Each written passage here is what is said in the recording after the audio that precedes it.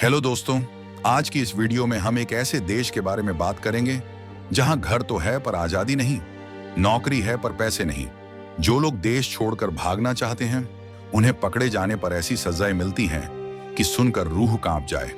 चलिए अब seat belt बांधिए और निकल पड़िए नॉर्थ कोरिया के उस काले सच की तरफ जहां 26.6 मिलियन लोग 1,20,538 वर्ग किलोमीटर के क्षेत्र में बंद होकर जी रहे हैं। एशिया के पूर्वी हिस्से में स्थित ये देश अपने पड़ोसी चीन, जापान और साउथ कोरिया के बीच बसा है।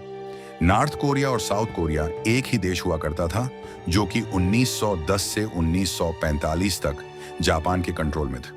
द्वितीय विश्व युद्ध के बाद आजादी मिलने पर कोरिया दो हिस्सों में बंट गया। नॉर्थ कोरिया सोवियत संघ के प्रभाव में चला गया और साउथ कोरिया अमेरिका के प्रभाव में चला गया।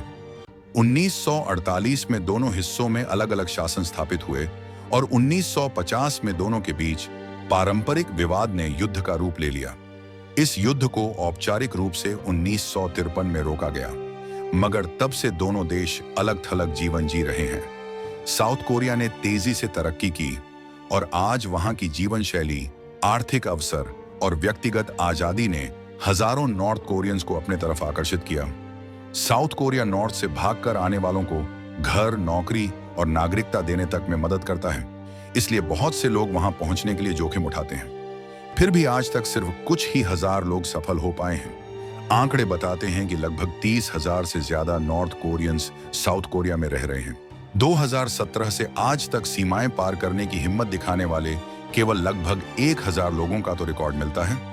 बॉर्डर पर करने में पकड़े जाने पर कड्डी से कड्डी सजा दी जाती है। अब बात करते हैं कि यहाँ के नेताओं ने किस तरह लोगों की जिंदगी पर कंट्रोल रखा हुआ है। नॉर्थ कोरिया में लोगों को कई वर्गों में बांटने वाला सिस्टम सोंगबुन लागू है, जो कि 3 मुख्य क्लासों में बांटा गया है। पहली क्लास में वे लोग आते हैं जिन्होंने राष्ट्र सेवा की। ये आबादी का लगभग 28% मानी जाती है और इन्हें बेहतर शहरों और सुविधाओं तक पहुंच मिलती है। दूसरी क्लास में वे हैं जो कुछ हद तक सामान्य जीवन जीते हैं पर सीमित आजादी पाते हैं। तीसरी क्लास में वे आते हैं जिन पर संदेह, अपराध या किसी धार्मिक भरोसे की वजह से शासन ने कट्टर पसंद नजर रखी होती है। तीसरी क्लास के लोगों के आईडी कार्ड पर उनके काम, वेतन, रहने की जगह, यहां तक कि शादी तक का निर्णय लिखा होता है। व्यक्तिगत पसंद, खाने पीने, मोबाइल या इंटरनेट तक की पहुंच इन पर रोका गया है। किम वंश की तस्वीरें हर घर में अनिवार्य हैं और हर रोज उनसे नमन करने के नियम हैं।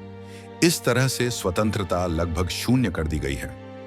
खाने की कमी और कम आय ने बहुतों को भूखमरी जैसी कठिनाइयों से जूझना पड़ जाता है और यही वजह है कि लोग किसी भी हाल में बाहर जाना चाहते हैं, लेकिन सीमा पार करना मतलब मौत को दावत देने जैसा है। 2011 से खासकर किम जोंग उनके शासन में सीमा सुरक्षा सख्त कर दी गई। बॉर्डर पर भारी सैन्य तैनाती, करंट पासिंग, काटने मारने की चेतावनियां और पकड़े जाने पर तुरंत गोलीबारी जैसी कड़क सजाएं हैं। पकड़े जाने पर सार्वजनिक रूप से सजा देना भी आम तरीका बताया जाता है ताकि दूसरों में डर बना रहे। पकड़े जाने वाले एक्सट्रेडिशन लोगों को मार दिया जाता है या उम्र कैद की सजा दी जाती है। और अगर किसी का परिवार किसी ने देश छोड़ दिया तो शासन उसे दंडित करके सजाएं परिवार की अगली पीढ़ियों तक दे देता है।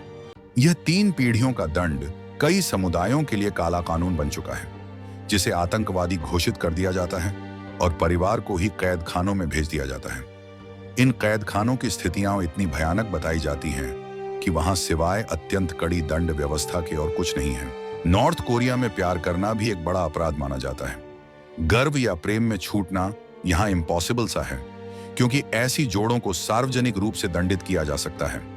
कुल मिलाकर नॉर्थ कोरिया छोड़कर भागना सिर्फ व्यक्तिगत साहस नहीं, बल्कि परिवार की सुरक्षा, रास्तों की जटिलता और पकड़े जाने पर मिलने वाले भयानक परिणामों का भी सवाल बन जाता है।